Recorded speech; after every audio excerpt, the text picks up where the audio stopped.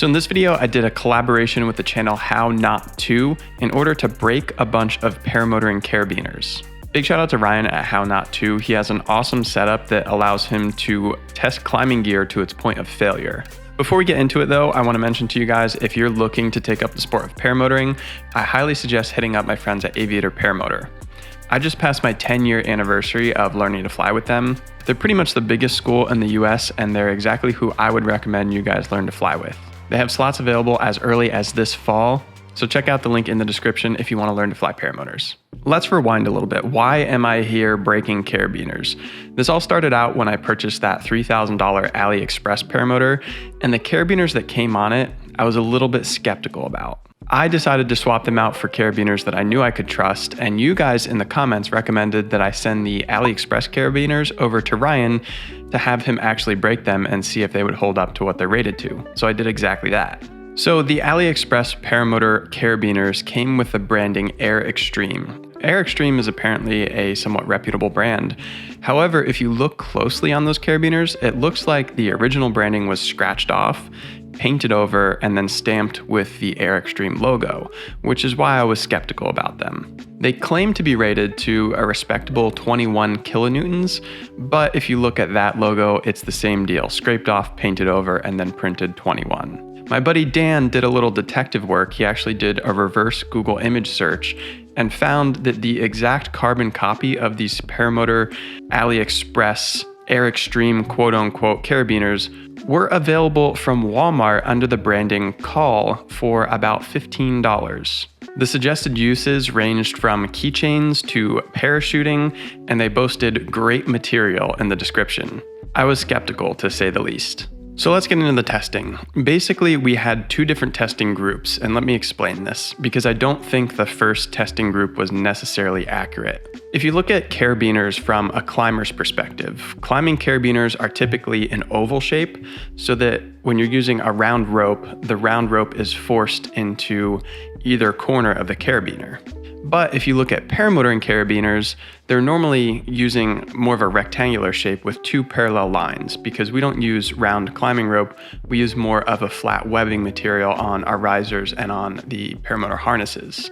So there's an obvious difference in the way climbing carabiners are intended to be used versus paramotor carabiners, and in the first group of testing, Ryan used round rope on our paramotor carabiners, which in my theory, which we'll review at the end of the video, I think that the round rope slipped to opposite sides of the carabiners and caused them to be loaded diagonally, and I think this caused them to fail earlier than they would have. In the second testing group, Ryan used flat webbing so that the carabiners remained equally loaded. This is all just my theory, you guys might have a different analysis, but let's take a look at the actual tests. So the very first carabiner was the AliExpress, which is an aluminum carabiner. It's rated for 21 kilonewtons closed, 6 open, and 6 cross-loaded.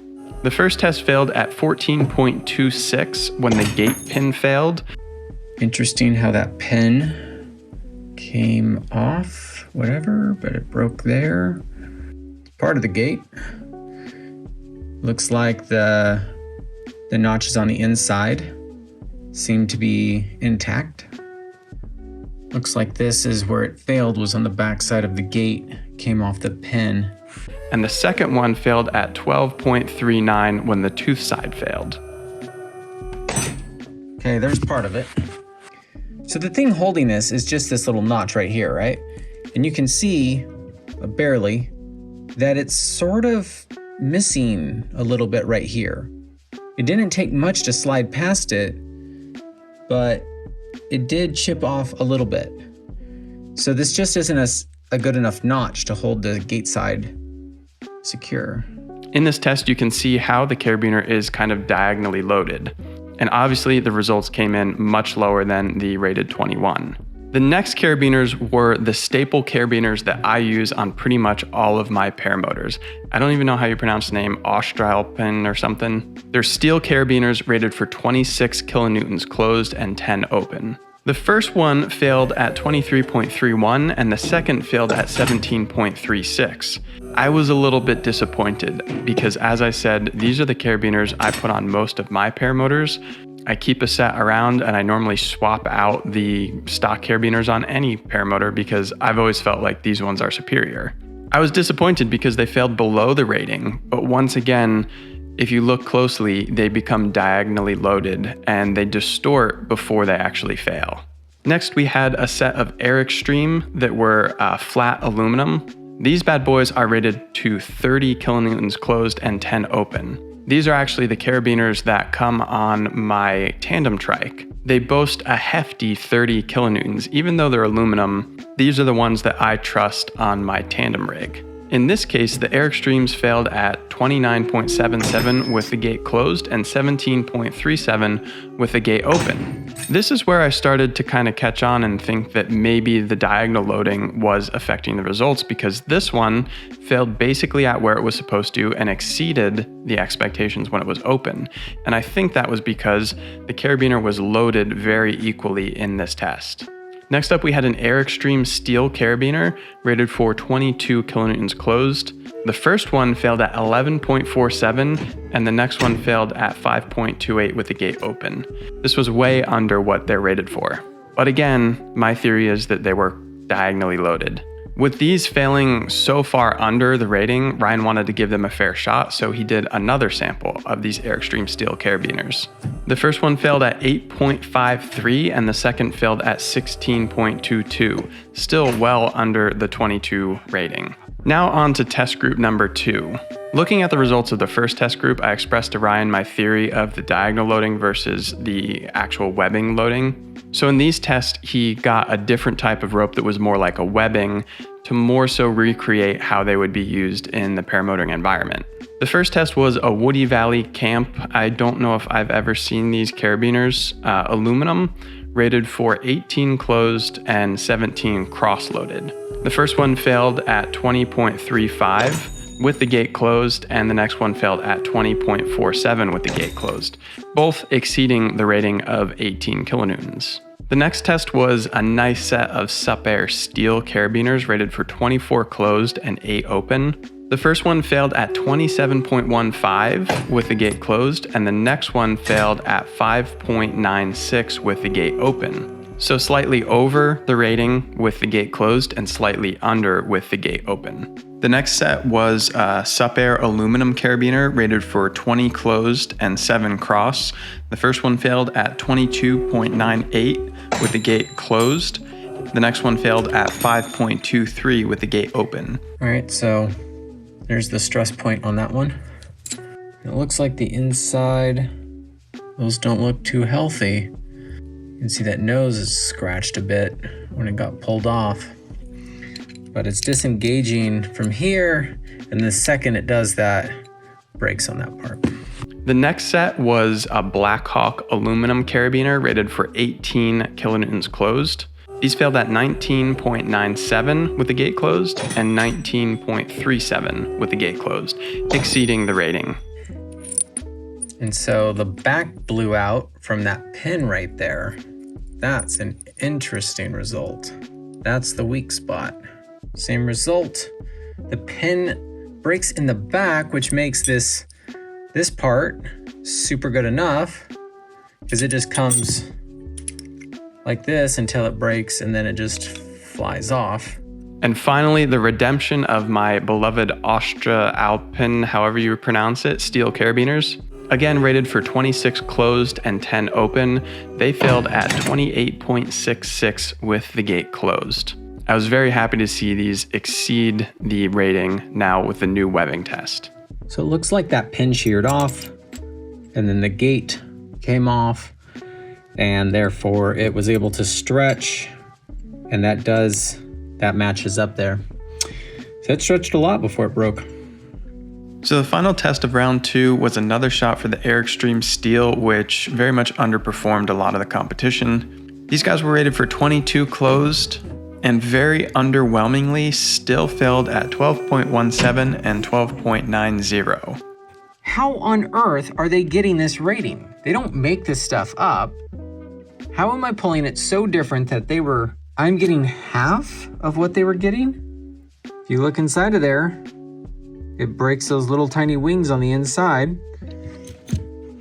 All right, 2 for 2 is enough science for me to say that that's not working.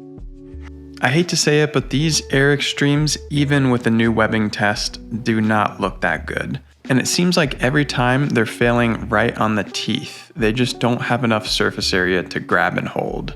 So obviously these tests are not quite scientific. We didn't have a huge sample size, and I want you guys to take all these tests with a grain of salt. However, I think there are some valid conclusions we can take from these tests. First off, I think all of these carabiners failed on the gate. The gate always seems to be the weak point, where it's either the pin side or the tooth side of the gate fails, and then the rest of the carabiner explodes after that. I think this is an important consideration when looking into carabiners for paramotoring, to look at the surface area of the teeth and how the gate is actually designed. Some use a beefier pin, some use more surface area on the tooth part where that connection is made. A very interesting example of this, my very first paramotor came with the Blackhawk carabiners, and it used kind of a weird, not so sturdy gate like Ryan's. And over time, the vibrations of the engine caused a little bit of friction in the play on the gate tooth, and the gate teeth started to wear into each other, and the aluminum was just disappearing. I'm sure this ended up causing a weakness in the carabiner. This would never be an issue in the paragliding environment because there is no motor that's creating those micro vibrations over time. But in the paramotoring environment, it's a very valid consideration. This is actually a design consideration of the Austrialpin Powerfly carabiners that I use, because the tooth side uses a pin mechanism that is supposed to lock in and have zero play so that any vibrations won't cause wear over time on those two surfaces. Second conclusion I think we can draw from this is the difference in aluminum versus steel carabiners. All the aluminum carabiners, when they fail, they seem to explode all at once. Whereas the steel, sometimes they will break at the gate, hang on for just a moment, and then let go. Steel is supposed to be more durable in situations like if you drop the carabiner, it's not supposed to crack, and it's supposed to have a longer lifespan. At this point, it seems like I'm doing an ad for the Austrialpin carabiners, but if you look at their website, they're sold with a service life of 1,500 hours or 5 years, while a lot of other aluminum carabiners are only rated for 500 hours. Third conclusion I think we can draw is, if my theory is correct, there's a large difference in the failure point depending on how you're using the carabiner. A lot of carabiners come with 3 ratings, 1 for closed, 1 for open, and 1 for completely cross or side loaded. There are very rare scenarios where you might take off and your carabiner is turned 90 degrees or it's twisted or cross loaded. In those situations, I don't think it will even still be humanly possible to exceed even the lowest failure rating. But I do think it's something to keep in mind if you ever take off with a carabiner that's not closed or cross-loaded or something, to know that that's obviously going to not work as intended. You're not going to get the entire full load rating of that carabiner. They have an intended use, try to stick to the intended use. That's all I've got for this one. If you guys have other analysis things that you can draw from these tests, please comment down below. Like I said, if you want to learn to fly paramotors, check out Aviator Paramotor. They'll teach you how to fly. Check out Risky Biscuits Co. First link in the description if you need to buy an ozone weighing harness reserve, e-props repellers, or a sweet t-shirt. And don't fly around opening your carabiners like I did for the thumbnail of this video. Hope you guys enjoyed. Till the next one, have fun, fly safe, peace.